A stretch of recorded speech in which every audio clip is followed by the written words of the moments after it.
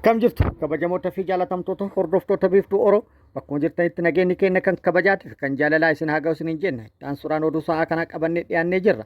Hanga dhuma sagantaa kanaatti nu wajji turaan affeerraa kenna kun biiftuu Oroodha keessanii jajjabeeffadha. Laayik sheer godhuu hin dagatina. Oduu wayitaawaa kan biyya keessattiif kan biyya alaa akkasumas oduu tarkaanfii fi akkasumas oduu muddamsuu kaaba Itoophiyaa hedduu isiniif qabannee jirra isiniin geenna. Kallattimaan gara mata duree oduu amma qabadheetti yeroo dabru oduun jalqaba. Muddamsuun lolaa kaaba Itoophiyaatti uumame itti fufee jira. Duumessi waraanaa TPLF fi mootummaa PPP fi mootummaa Eertiraa gidduutti uumame cimee jira. Humni waraanaa hedduun weeddisaa gara kaaba Itoophiyaatti qajeelee jira. Mootummaan Itoophiyaa humni hedduu gara kaabaatti geessaa jira. Hundi isaaniitu kallattii isaaniitiin lolaaf qophiin taasisan cimee jira. Hunduu meeshaa walitti guuruun humna walitti hiriirsuun akkuma itti fufetti jira. Dabalata odeeffannoo kana qabadhee jira. Oduun itti aanu odeeffannoowwan godinaalee Oromiyaa garaagaraa irraa qindeeffanneedha. Isinin biraan ga'uudhaaf odeeffannoo garaagaraa qabannee jirra. Akka itti aanu kanatti isin biraan geenna. Oduun itti aanu oduu oolmaa Oromiyaati. Oduu oolmaa Oromiyaatti lolli loltoota mootummaatti waraana bilisummaa Oromoo gidduutti guutuu Oromiyaa keessatti gaggeeffamaa jiru akkuma itti fufetti jira. Waraanni mootummaa yookaan raayyaan ittisa biyyaa naannoo Oromiyaa gadhiisuu hordofee waraanni bilisummaa Oromoo bakkoota garaagaraatti tarkaanfii fudhataa jiruun miidhaa guddaa qaamota mootummaa irratti dhaqqabsiisaa jiraachuu odeeffannoon nu gahanii jiru. Tarkaanfii fudhataa jiruun bakkoota hedduu to'ataa kan jiru ta'uu kan beekame yoo ta'u daandiin guddaan Mojoorraa Hawaasaa geessu waraana bilisummaa Oromootiin to'atamullee odeeffannoon nu gahee jira. Lola naannoo Oromiyaa keessatti gaggeeffamaa jiru kanaan wal qabatee gama mootummaatii hoo maaltu jedhame maaltu jira kan jedhus qabannee jirra isin biraan geenna. Oduu biyya alallee qabannee jirra. Guutuu odeeffannoo kanneenitii fi kan biroo wajjin isin wajjin kan turu ani Bariisoo Ganamooti. Guutuun oduu wal duraa duubana akka itti aanu kanatti isiniif dhiyaatu wajjin turuudhaan itti boharan affeerraa kenna. Affeeramtanii jirtu itti boharaa. Oduu gama kaaba Itoophiyaa irraa nu geetten duumessi lolaa kaaba Itoophiyaatti duumessaa'ee jire. Akkaan ulfaatu haalonni garaagaraa mul'isaa jiru. Maddeen garaagaraa immoo ibsaa jiru. Mootummaan PPP humna guddaa gara kaabaatti guuree jira. Ammas guuraa jira. Akkasumas gama kaanillee TPLF humna qabu hunda hiriirsee qophii waraanaaf qabu xumurarraan gahe jedhuudhaan maddeen odeeffannoo garaagaraa gabaasaa jiru. Waraanni Shaabiyaallee haaluma wal fakkaatuun gara daangaa Itoophiyaatti siquun bakkoota garaagaraatitti yookaan kallattii garaagaraatiin bakka qabatee ajaja eeggataa jira jedhamee jira. Mootummaan Itoophiyaallee humna qabu gara daangaatti siisuudhaan qophii waraanaaf taasisu sadarkaa isa dhumaatirra dhaqqabsiisuun ajajoonni waraana mootummaa ajaja olii qofa eeggataa kan jiran ta'uu maddeen odeeffannoo garaagaraa gabaasaa jiru. Humna guddaa gara kaabaatti guuramaa jiru wal qabatee viidiyoo gabaabduu tana waliin halaallu. Akkuma viidiyoo irraa argitan kanatti kun humna Itoophiyaan gara kaabaatti fe'aa jirtudha. Humni kun humna baay'ee guddaadha. Kun kan bakka tokkorraa deemaa jiru yoo ta'u kallattii hedduun gama kaabaatti haaluma wal fakkaatu kanaan waraanni mootummaa guuramaa jira. Gama Eertiraatillee humnoonni Eertiraa hedduun gara naannoo Tigraayitti galanii jiru jechuudhaan maddeen odeeffannoo garaagaraa gabaasaa jiru. Naannoo Tigraayitti galfamuu qofa osoo hin taane kallattii garaagaraatiin daangaa Itoophiyaatti kalaa'uun bakka qabatan jedhamee Godina Horroo Guduruu Wallaggaa Aanaa Abaaboo Guduruu Ganda Qanaatee biyyaa keessatti gurraandhala 13/2026 milishoonni PP walii isaanii walitti galagaluun ajjeechaa walirratti raawwachuu maddeen keessoo PP himanii jiru. Akka maddeen himanitti milishoonni PP ajjeechaa walirratti raawwatan kunneen kanaan duras dantaa dhuunfaa isaanii irratti wal lolaa turuun haaloo walitti kuufatanii kan turan ta'uu kan himan maddeen milishaan ajjeefame kunis maqaan isaa Taarikuu kan jedhamu ta'uu himan. Sababa ajjeechaa kanaanis keessoo milishoota aanichaa guutummaatti walitti bu'iinsi uumame wal gaarreeffachaa jiraachuun ifoomee jira. Murni bilxiqinnaa namoota hawaasa keessa jiraatan keessatti naamusaa fi naatoo namummaa hin qabne walitti qabuun qawwee hidhachiisee shiftummaa leenjisee uummata nagaatti bobbaasuun yakkoota garaagaraa raawwachiisaa kan jiru yoo ta'u bakkeewwan garaagaraattis dantaa dhuunfaa irratti wal dhabuun lubbuu wal galaafachaa jiraachuun ni beekama. Godina Arsii Bahaa Aanaa Suudee gandoota akka Ashmiiraa, Wargaan Bullaa, Laccee Darraabbaa fi magaalaa Darraabbaa ganda duwwaa tokko keessatti shiftoonni maafiyaa biltsiginnaa maqaa deeggarsa waraanaa jedhuun jiraattota irraa qarshii 1,000 dirqamaan guuraa jiraachuu maddeen himanii jiru. haaluma wal fakkaatuun gandoota marmaan olitti eeraman keessatti maqaa nyaata milishaa jedhuun midhaan nyaataa kiloogiraama 15 fi qarshii 300 hawaasa irraa guuraa jiraachuu maddeenitti dabaluun eeranii jiru. Dabalataanis gandoota kanneen keessatti sirna dhableeyyiin ergamtoota maafiyaa biltsiginnaa dargaggoota Oromoo irratti xiyyeeffatanii adamsuun yakkoota garaa garaa irratti raawwachaa jiraachuu maddeen dabalataan eeranii jiru. Bulchiinsa magaalaa Shaggar kutaa bulchiinsa magaalaa Buraayyuu irraa gaafa gurraan dhala 2026 loltoonni holola malee lola hin dandeenye nama maqaan isaa Obbo Dinqaa Boodanaa jedhamu badii tokko malee ukkaamsuun hidhaatti darbachuu maddeen himan. Obbo Dinqaan godina lixa Shaggar aanaa Baakkoo Tibbeerraa hojii mootummaa hojjetaa kan ture yoo ta'u kaabinoonni murna biltsiginnaa immoo hidhata waraana bilisummaa Oromoo qabdaa jechuun shakkanii waggaa darbee hojiirraa ari'uun baramee jira. Magaalicha keessaa akka itti jiraatu dhabee gara magaalaa Finfinneetti waggaa inni baqatu badii tokkoo fi maannaa dhaaba siyaasaa kam keessa osoo hin qabaanne magaalaa Buraayyuu keessatti adamsanii qabuun hidhanii hiraarsaa jiraachuun ifoomee jira. Jaleewwan biltsiginnaa shakkii sammuu isaanii dhaaluun liqeeffamanii kan duraan barameen olitti bifa haarawaan maqaa hawaasni hin qabne itti maxxansuun addatti immoo hojjettoota mootummaa fi qonnaan bultoota irratti xiyyeeffachuun sarbama mirga namoomaa adda addaa raawwachaa jiru. Godina Baha Shaggar magaalaa Bishooftuu keessatti murni biltsiginnaa manneen uummataa beenyaa tokko malee irratti diiguun rakkoolee garaa garaaf saaxilee akka jiru jiraattonni magaalichaa himan. Magaalaa Bishooftuu kutaalee garaa garaa kanneen akka Qajimaa, naannoo buufata konkolaataa, Dirree Jiituu, 105 Dinqituu fi kutaalee biroo maqaan hin tuqamne keessatti mana uummataa tokkicha kan inni keessa jiraachuun jireenya isaa guyyuu geggeeffatu beenyaa tokko malee kaabinoonni magaalattii jireenyi uummataa ittiin dhaga'amne mana diiguun rakkoolee adda addaaf uummanni saaxilamaa akka jiru jiraattonni magaalattii himaniiru. Akka jiraattota magaalichaa irraa odeeffatetti osoo bakkaa fi iddoo itti jiraannu akkasumas maallaqa ittiin manicha ijaarannu tokkollee nuuf hin laatin sanumaayyuu osoo nutti himin mana diiguu dhufnee nuun jedhu meeshaa keenya keessaa baafanna jennee wayita gaafannullee qarshii 20 dirqamaan nurraa fuudhaa kan jiran yoo ta'u namoota waan kaffalan dhabanis doorsisaa akka jiran dubbataniiru. Manneen diigamaa jiran kana keessatti haadholiin da'anii jiran illee osoo isaanitti bu'anii gara jabummaan mana irratti diiguun keessaa godaansisanii daandii irratti kufanii akka hafan taasifamaa jiru jedhu.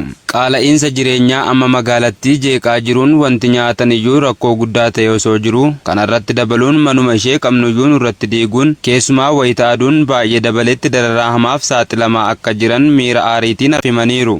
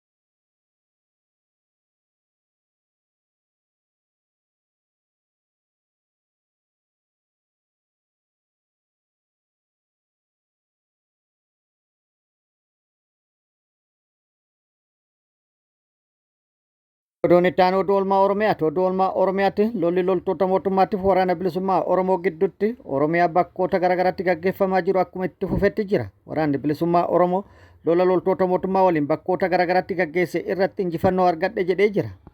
Raayyaan ittisa biyyaa naannoo Oromiyaa gadhiisee ba'u hordofeetti bana tarkaanfiin waraanni bilisummaa Oromoo humnoota mootummaa naannoo Oromiyaa keessatti maqaa sakatta'aatiin bobbaasee irratti fudhatamaa jiru cimee itti fufuu fi haleellaa loltoota mootummaa irratti waraanni bilisummaa Oromoo raawwataa jiruun miidhaan guddaan kan qaamatii fi kan lubbuu dhaqqabaa jiraachuu maddeen odeeffannoo garaagaraa gabaasanii jiru. Meeshaalee waraanaa hedduus hiikkatuun injifannoo gurguddaa galmeessaa jira jechuun waraanni bilisummaa Oromollee injifannoo gurguddaa argataa jiraachuu beeksisee jira.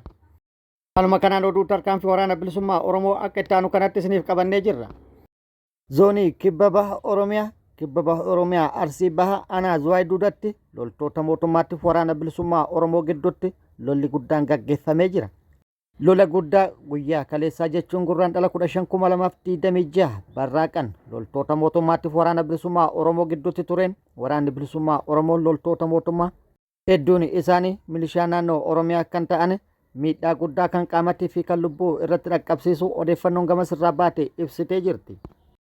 Miidhaan guddaan humnoota mootummaa irratti dhaqqabuu maddeen odeeffannoo garaagaraa kan gabaasan yoo ta'u, Jawaar Mohammadis akka gabaasetti milishoonni naannoo Oromiyaa 18 lola kana irratti lubbuu isaanii dhabuu fuula feesbuuka isaa irratti ifoomsee jira yookaan maxxansee jira. Jalaan siyaasaa Jawaar Mohammad itti dabaluunis akka jedhetti waraanni bilisummaa Oromoo haleellaa kana kan raawwate raayyaan ittisa biyyaa naannawa kana gadhiisee erga ba'e guyyaa 4 booda ta'uu fi haleellaa raawwate kanaan miidhaa guddaa loltoota mootummaa irratti dhaqqabsiisuu ibsee jira. Kana qofaa miti akka Jawaar Mohammad jedhetti waraanni bilisummaa Oromoo naannawa kana baay'ee kan to'ate ta'uu beeksise daandii guddicha Moojorraa gara Hawaasaa geessu irratti bal'inaan to'annoo gaggeessaa jiraachuullee ibsee jira.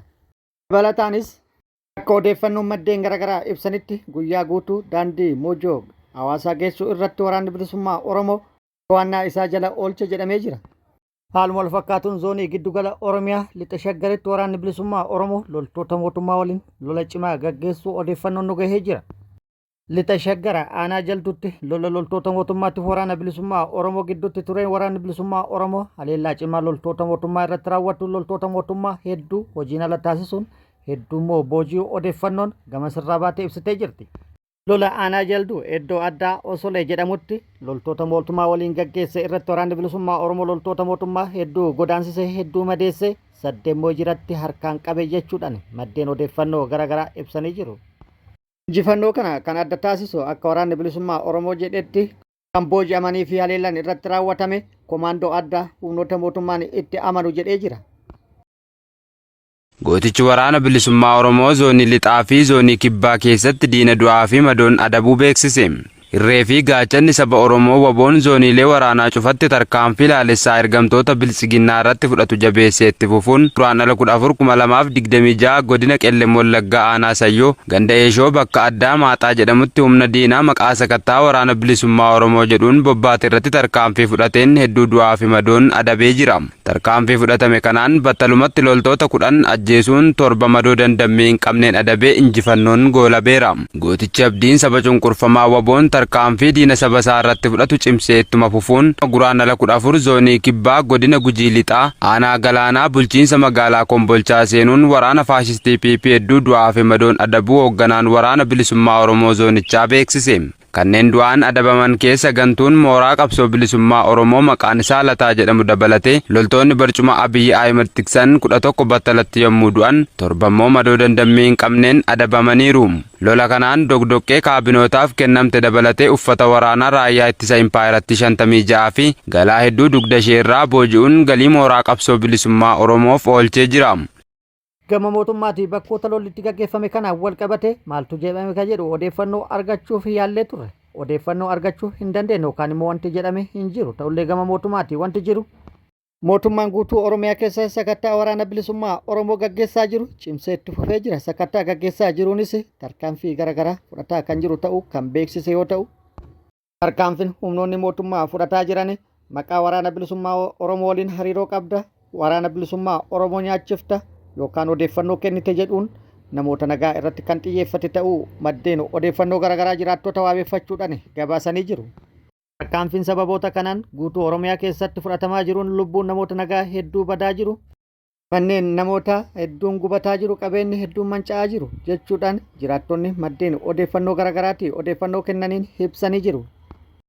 Oduu biyya alaatiin chaayinaan biyyoota Afrikaa 53 oomisha isaanii gabaa biyyattiitiif dhiyeessan taarifa akka hin kaffalchiifne ibsitee jirti. Chaayinaan hariiroo daldala biyyoota Afrikaa wajjin qabdu cimsuudhaaf seera haaraa ifoomsitee jirti. Seerri haaraan ifoomsites Chaayinaan biyyoota Afrikaa 53. Kana jechuun biyyoota ardii Afrikaa guutumaan guututti haala jedhamuu danda'amuun biyyoota lama qofatu irraa hafa.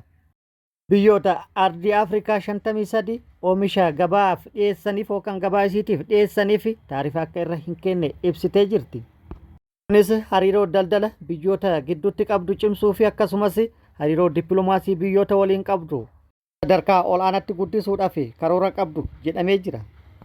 Akka ibsa kanaatti Chaayinaan ammas waliigaltee dinagdee irratti xiyyeeffattee hojjetaa kan jirtu akka ta'ee fi dabalataanis karoorri murtee kana Afrikaanota gabaa daldalaa babal'isuun hojmaata mijataa ta'e babal'isuuf jedhamee jira. Kabajamoota fi jaalatamtoota hordoftoota biiftuu Oroo oduun ammaaf qabadde kan hanga ammaa kana guutuu oduu wajjin isin wajjin kan ture ani Bariisoo Ganamoot hanga yerootti aanutti deebinee wal agarrutti nageenyi Rabbi isiniif haa baay'atu. Nagatti nu turaan hawwii kenna nagatti nu tura.